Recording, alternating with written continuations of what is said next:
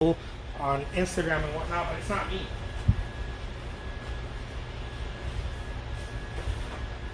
Some people are very good at that. They're like they can, they can mix colors and talk about it and whatnot. And I'm sure that I can do some of that and I can show people, but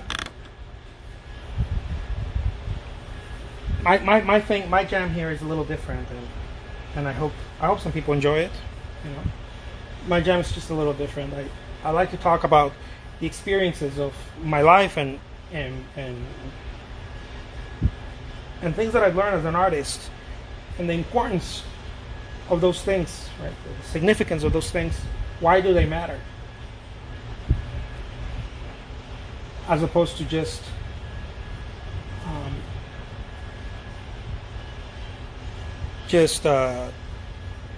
showing you my color palette or how to paint something, or I wish you would get out of this that what you would get out of my little videos here is that whatever you do, just honor it. You already do it right, regardless of your skill level. I don't care if you started today. Maybe you just started painting today. Honor that. Truly honor it. You deserve to honor it. You deserve honor. If no one else, if no one else gives it to you, give it to yourself. And if other people give it to you, then give yourself some more.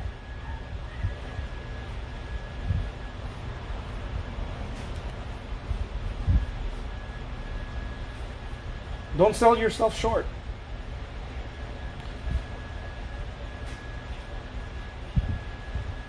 I believe that painting is a reflection many times of the state of being of the individual, the artist. And not the painting itself, as many people think, the image. There's some of that, but not necessarily the image. It's the way in which you paint it. It's the state of mind in which you paint it that really gives an insight of the person.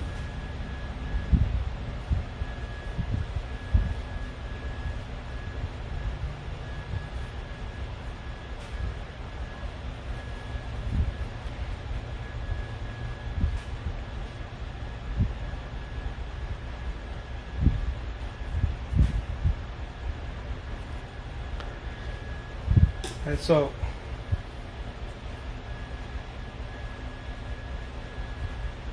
I think it's the most important thing to start out with. The most important thing as an artist is to know that you are good enough.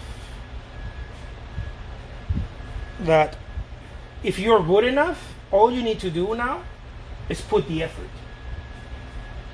Right? You don't need to go learn more. You can if you want to, and you definitely should if that's something that you wish to do, but not because you're not good enough. You should learn more to add to the goodness in you already, not because you're not good enough. It's a different mentality, guys. It's different than saying I'm not good enough, so I have to go learn. Well, you can never fill an empty glass. You can never do that. You will never be able to fill an empty glass. It's empty. It always remains empty. No matter what you put in it, it's going to be empty. Well, I'm not good enough, so I have to go learn to be good enough. No. If you want to fill the glass, recognize that it's empty and fill it.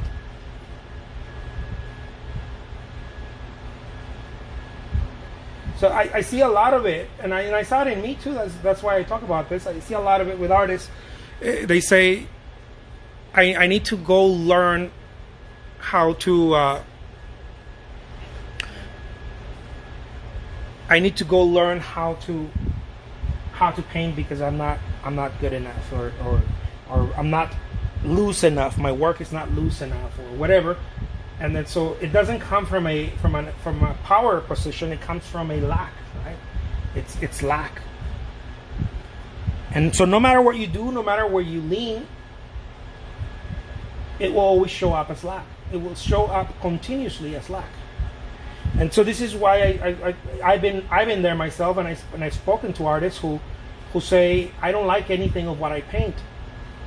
Nothing of what I paint is good enough. And I said, how long have you been painting? I've been painting for 40 years. And I said, it's got nothing to do with your painting. No, it does. It does have to do with my painting. At some point, I stopped growing. And I said, no, you didn't stop growing. At some point, you stopped seeing. You stopped seeing your paintings, and you were only seeing your thoughts of the painting, but not your painting anymore. You stopped seeing the painting. This is what happens when artists say that they're not inspired. They're no longer seeing the painting, they're seeing only the thoughts of the painting. So if you focus on the thought of your painting, you will never see your painting again. It's artist hell.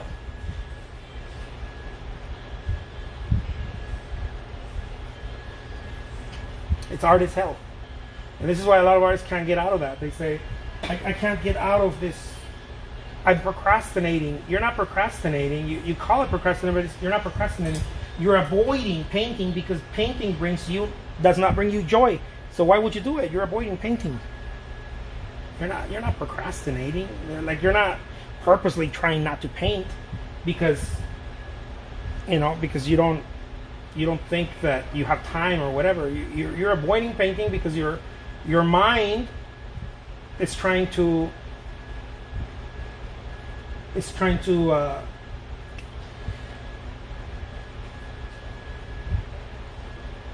what's the word I'm looking for? It's trying to save you from the pain.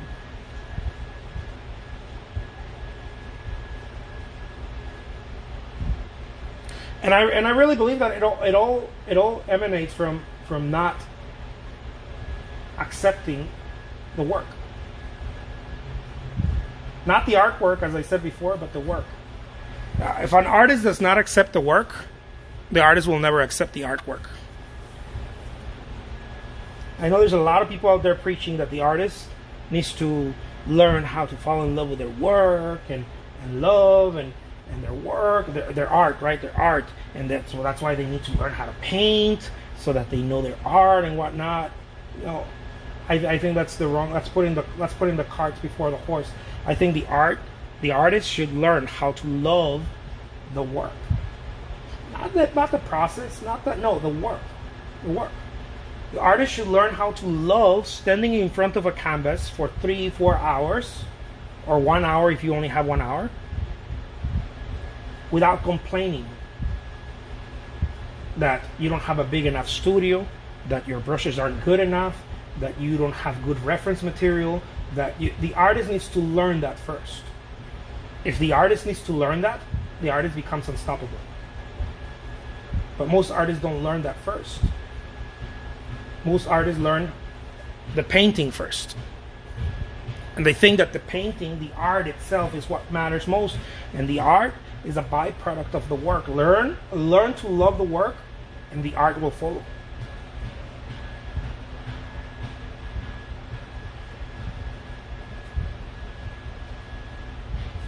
They're together, but the doorway is the work.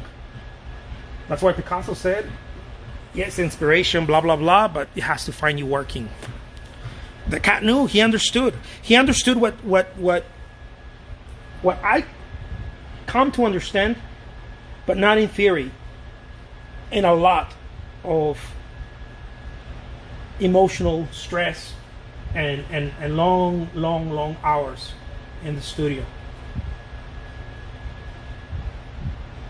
I think he learned it the same way. I don't think he was born with it. I think he learned the same way. A lot of people like to say that it was easy for him, but I think he learned it the same way. He was somewhere. I'm sure he was somewhere in the studio, and he realized what I'm trying to share with you guys right now. That the art is meaningless without the work. And that's why so many artists get confused and they say, but my work is so great. My art is so great. Yes, your art is great, but your work sucks.